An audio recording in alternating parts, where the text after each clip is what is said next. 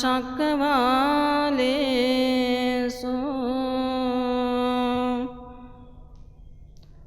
अत्र गच्छन्तु देवता सद्धम्मं मुनिराजस् सुनन्तु सग्मुखदं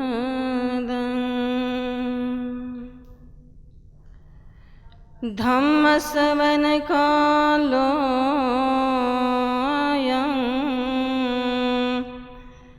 भदन्ताम्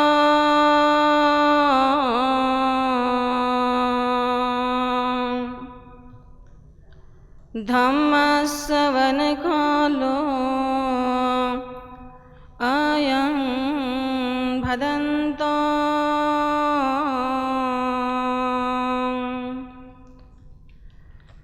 धम्मश्रवणकालो अयं भदन्ताति। साधुवाद दीजिए 3 बार। नहीं वेरेन वेरानि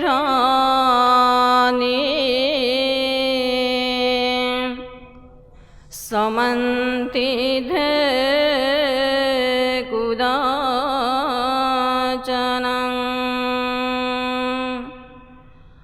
अवेरेण च समन्ति इस धम्मो सनातनो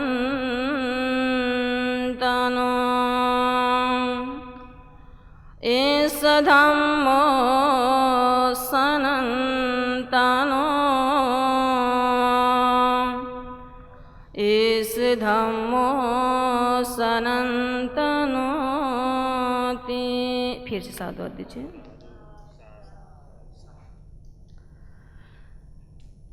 संपूर्ण विश्व को जिन्होंने सुख शांति का संदेश दिया, उन अरहत सम्यक संबुद्ध को त्रिवार अभिवादन करते हैं तथा उनका सद्धम्म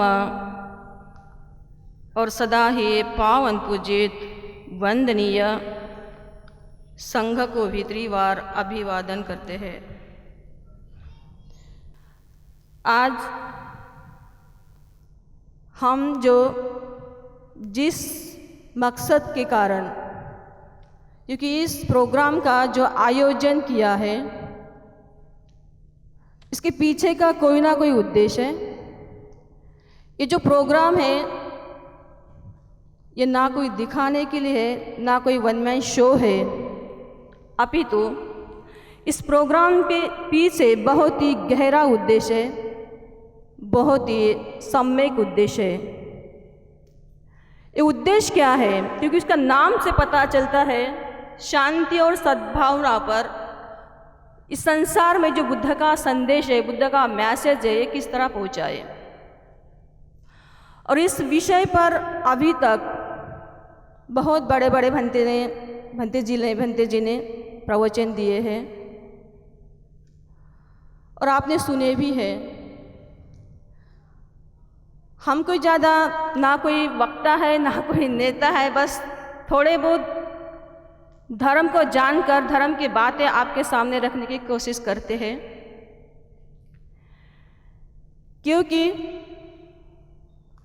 मनुष्य जगत में जब भी हम देखते हैं तो काफ़ी सवाल उठाए जाते हैं। जैसे कि वर्तमान स्थिति में देखा जाए तो समाज में भ्रष्टाचार क्यों फैला जा रहा है, समाज में कलह क्यों है, मनुष्य जाति के बीच भी शिक्षा का प्रभाव होकर भी क्यों अशांति का वातावरण है, क्यों उच्च नीचता का भाव है, मतभेद है, आदि आदि। इस सारे सवालों पर या इन सारे सवालों के जवाब अगर हम सही मायने से पाना चाहते हैं सही मायने से इन सवालों को जवाब ढूंढना चाहते हैं तो इन सारे सवालों के जवाब हमें एक ही संसार में दे सकता है, और वो है भगवान तथागत का बुद्धिज़्म। क्यों?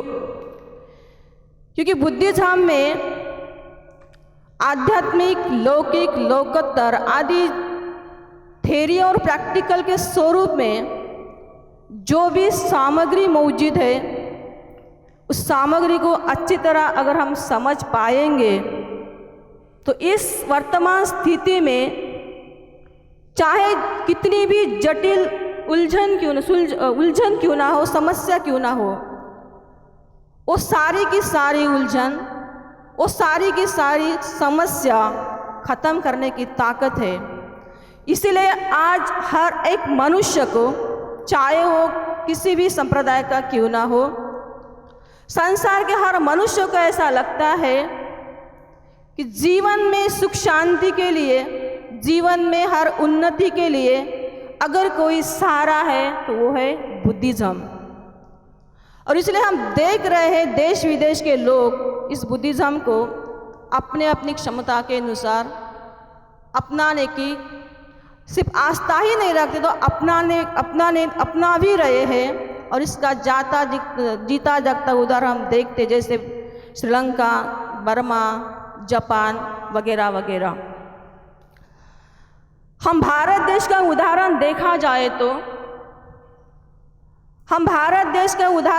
जाए तो आज की अगर स्थिति पर हम विचार करें तो आज हम सब चाहते हैं कि भारत में भी सुख शांति का वातावरण बना रहे, भ्रष्टाचार आदि, आतंक आदि जो समस्या है वो खत्म हो जाए। और इसी कारण तो इस भ्रष्टाचार, आतंकवादी सारे समस्याओं को मिटाने के लिए ही तो ये हमें लगता है कि अंतर्राष्ट्रीय बुद्धिस्ट कॉन्क्लेव का आयोजन किया गया। इसका एक यही उद्देश्य होगा, इसके अलावा और क्या हो सकता है। तो सोचना चाहिए कि जो समस्या हमारे बीच में है, और दूसरी बात यह है कि हम स्वयं बुद्धिस्ट लोग हैं, बुद्धिस्ट माने जाते हैं। बुद्धिस्ट के नाम पर हमने अपने समाज के सामने, दुनिया के सामने अपनी छवि भी निर्माण की है। और हम सब चाहते कि पूरा भारत, सबसे पहले पूरा भारत हमारा सुख शांति से बना रहे, बुद्धमय बने। आदि सब हम चर्चा करते हैं, क्योंकि हम शुरुआत स्वयं से करते हैं। बुद्धिज़्म शुरुआत स्वयं से करवाना सिखाते हैं। दूसरों को शांति देना चाहते हो, सुख देना चाहते हो, तो भगवान कहते हैं तो पहले सुख का अनुभव करो, पहले शांति का स्वयं अनुभव करो। क्योंकि जो देना चाहते हो वो अपने पास तो होना ज़रूरी है। जो चीज़ दूसरों को देना हम चाहते हैं वो चीज़ अगर हमारे पास है तो हम दे पाएंगे। अगर हमारे पास वो चीज़ देने के लिए है ही नहीं, काफ़ी बातें ही करेंगे, तो हम दे नहीं पाएंगे। तो इसलिए भगवान कहते कि दो धर्म समझना बहुत अनिवार्य है। हम बुद्धिस्ट होने के नाते या मनुष्य होने के नाते, इंसान होने के नाते, पहला जो धर्म है जिसे दृश्य धर्म कहा जाता है। दृश्य धर्म माने जो चीज़ दिखाई देती है, जिसका प्रदर्शन हो जाता है, जिसका प्रदर्शन कर सकते हैं, इसे दृश्य धर्म माने। जिसे कहते हैं हम अदृश्य धर्म, जो चीज़ दिखाई तो नहीं देती, जिनका लेकिन अस्तित्व है। जैसे कि हवा का क्या रंग है, हवा का क्या रूप है, हवा का क्या आकार है, लेकिन हवा नहीं है ऐसा तो हम नहीं कह सकते, क्योंकि हवा हमें महसूस होती है। उसी तरह हम अपना उदाहरण ले, स्वयं का उदाहरण ले कि जो हमारी बॉडी है, कोई कहता है हमारी 60 किलो है, 70 किलो है, मैं गोरा हूँ, मैं काला हूँ, वगैरह वगैरह, दिखने के सुंदर हो, वगैरह वगैरह।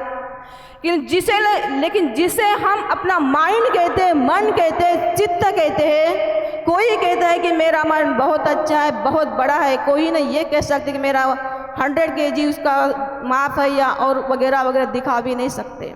लेकिन माइंड से, चित्त से हम हर चीज़ को जो दिखाई नहीं देती उसे महसूस कर सकते हैं। तो हमारा उद्देश्य, इस प्रोग्राम रखने का उद्देश्य है, ये आयोजन का ही उद्देश्य है कि हम जैसे कि आज तक हम देखते हैं कि ये जो सुख शांति की जब बात आती है, क्या हमारे पास पैसा भी, हम ऐसे लोग भी देखते हैं जिनके पास बहुत बंगले भी है, गाड़ी भी है, पैसे भी, लेकिन वो इंसान शांति से सो नहीं सकता, उसके भीतर शांति की वो अनुभूति नहीं ले सकता। इसका मतलब ये है कि दृश्य धर्म हमें दिखाई देता है, जिसका प्रदर्शन हो जाता है, लेकिन जो अंदर से खोई हुई सुख शांति है, इंसान भले ही लज्जा के कारण, शर्म के मारण किसी के सामने प्रकट नहीं कर सकता, लेकिन वो जान सकता है। तो इन सारी समस्याओं का अगर समाधान है, अगर आपको ऐसा लगता है, हम सबको ऐसा लगता है कि पूरे संसार में बुद्ध का मैसेज सुख शांति का जाए और बुद्ध का उस मैसेज से सारा विश्व सुख शांति से जिए, तो पहली बात तो ये समझनी बहुत ही ज़रूरी है कि जिसके कारण ये बात हम फैला सकते हैं। आज तक 14 अक्टूबर 1956 से लेकर हम जानते हैं कि हम बुद्धिस्ट हैं। बुद्धिस्ट होने के बाद भी, जिसे हम स्वयं बुद्धिस्ट कहते हैं, बौद्ध कहते हैं, वगैरह वगैरह कहते हैं, लेकिन फिर भी हमारे ही बीच बहुत सारी समस्याएं हैं। और समस्या क्यों है, इसके पीछे का भी एक कारण है, वो है भगवान तथागत ने जो बताई है वो मैत्री का अभाव।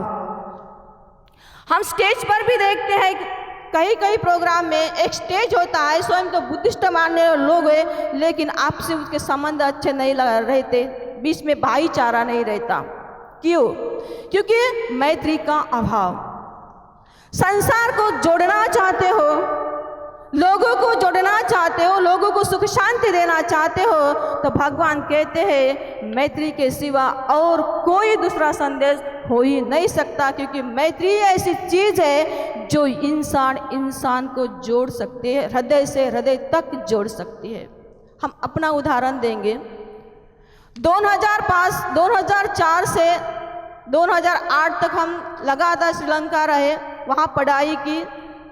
हमारे गुरुजन, हमारे गुरु बहनें, सहेलियाँ आदि भी है। इतना 16-17 साल का इस समय रहा, लेकिन फिर भी हमारे बीच में जो विश्वास है, जो मैत्री है, वो आज भी जैसे कि वैसी ही है।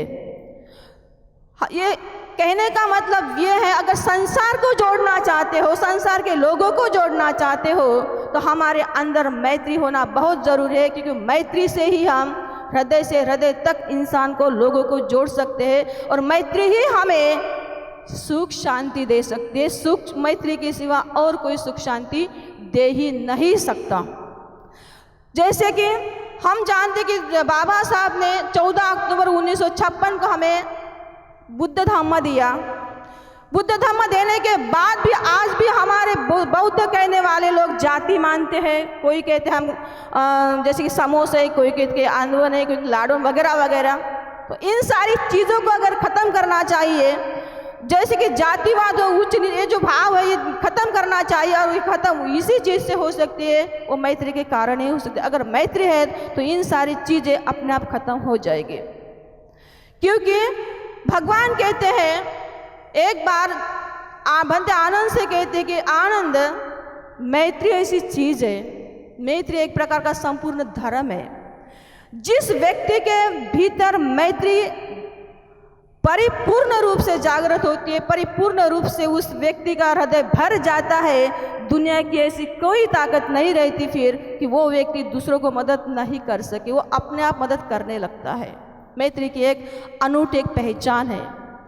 अगर आपके चित्त के अंदर, मन के अंदर मैत्री की सिर्फ बातें रहेंगे, बोलते रहेंगे, लेकिन प्रैक्टिकल के स्वरूप हम मैत्री को नहीं पहचानेंगे, जानेंगे, तो लाख कोशिश करने के बाद भी हम अपने परिवार के साथ भी सही तरह से नहीं जुड़ेंगे, तो संसार की बात ही क्या।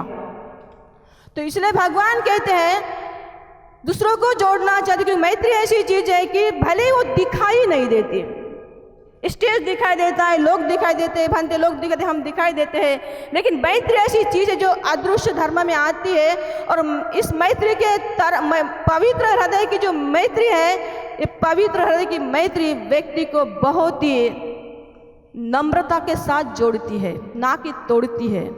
तो इसे हमें गौर करना चाहिए, क्योंकि मैत्री संसार में भगवान कहते हैं कि मैत्री ऐसा एक धर्म है कि जो पूरे विश्व को जोड़ देती है। जैसे कि स्वयं भगवान का उदाहरण देखें, जब भगवान ने महाअभिनिष्क्रमण किया, ग्रह त्याग किया, भगवान के समय भी और आज भी बहुत सारे भिक्षु भी है या भिक्षुनियाँ भी है, ग्रह त्याग करते हैं, घर द्वार छोड़ देती है, लेकिन उनके पीछे अगर देखा जाए तो कितने लोगों का कारवा होता है, तो वो होता है मैत्री का प्रभाव। तो इसलिए भगवान कहते हैं संसार को सुख शांति देना चाहते हो तो मैत्री हमारे अंदर, हमारे बीच में बहुत होना जरूरी है, क्योंकि मैत्री से ही हमारे आपसी संबंध सुधार सकते हैं। मैत्री से हमारे आपस की जो भी समस्या होती है वो सारी समस्या खत्म हो जाती है, चाहे फिर भ्रष्टाचार हो, चाहे कोई भी हो, वो सारी अपने आप मैत्री के जरिए खत्म हो जाती है, लेकिन करेंगे तब भी तो भगवान कहते हैं जिस चीज को आप पहले किसी को देना चाहते हो तो पहले स्वयं भी करना चाहिए। क्योंकि हमने जहाँ तक देखे बहुत सारे लोग मैत्री की बातें करते हैं कि दूसरों पर मैत्री करना चाहिए, लेकिन खुद को और मैत्री करना छोड़ देते हैं, और जो खुद पर मैत्री नहीं करते दूसरों को मैत्री भी नहीं कर सकते हैं। दूसरों को अगर सुखी रहे और स्वयं अशांत रहे, दुखी रहे, तो ये मैत्री की भाषा नहीं होती। मैत्री व्यक्ति वही कर सकते हैं जो स्वयं अपने पर करता है, जैसे कि एक सुत्त बताता है अहं अवेरो होमि अव्यापज्यो होमि वगैरह वगैरह। इसलिए हमें पाली एक गाथा बोली है जो सबसे प्रिय है, सबसे परिचित है, नहीं वेरे न वेराणी समन्तीद कुदाचनम। वैर से बैर कभी भी शांत नहीं हो जाता।